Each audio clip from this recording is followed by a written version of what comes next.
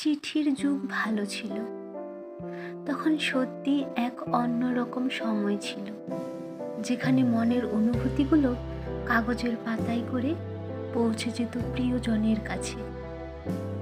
এক একটা চিঠি যেন এক একটা গল্প, ভালোবাসা, অপেক্ষা আর উদ্গ্রীবতার প্রতিচ্ছবি।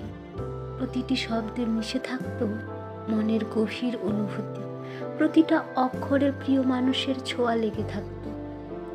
এক অদ্ভুত ভালোবাসা থাকত, যে কথা সহজে বলা যায় না, চিঠিতে তাও বলা যেত সহজেই। মানুষ তার প্রিয় মানুষকে যত্ন করে চিঠি লিখত, অন্য পাশের মানুষটা অপেক্ষা করত। এই অপেক্ষা পৃথিবীর সবচেয়ে সুন্দরতম অপেক্ষা। ডাকপিয়ন আসার অপেক্ষায় দিন গুনত মানুষ।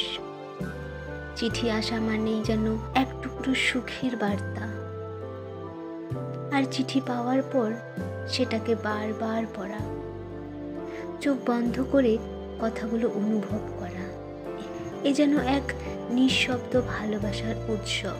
আজকালের এই দ্রুতগতির প্রযুক্তির যুগে চিঠির সেই মায়া ভরা দিনগুলো হারিয়ে গেছে। মেসেজ আসা আর যাওয়ার মাঝে সময়ের কোনো অপেক্ষা নেই, অনুভূতির কোনো গভীরতা নেই। কিন্তু চিঠির যুগে প্রতিটি শব্দে, প্রতিটি বাক্যে মিশে থাকতো ভালোবাসার এক অমূল্য রসায়ন, যা এখন পাওয়া যায় না। প্রিয়, তুমি আমাকে পুরনো দিনের মতো করে চিঠি দিও, আমাকে লিখো শব্দের ভাষায়। চিঠিতে স্পর্শ পাঠিও, তোমার যত্ন পাঠিও, আমার জন্য মনে থাকা তোমার ভালোবাসা পাঠিও।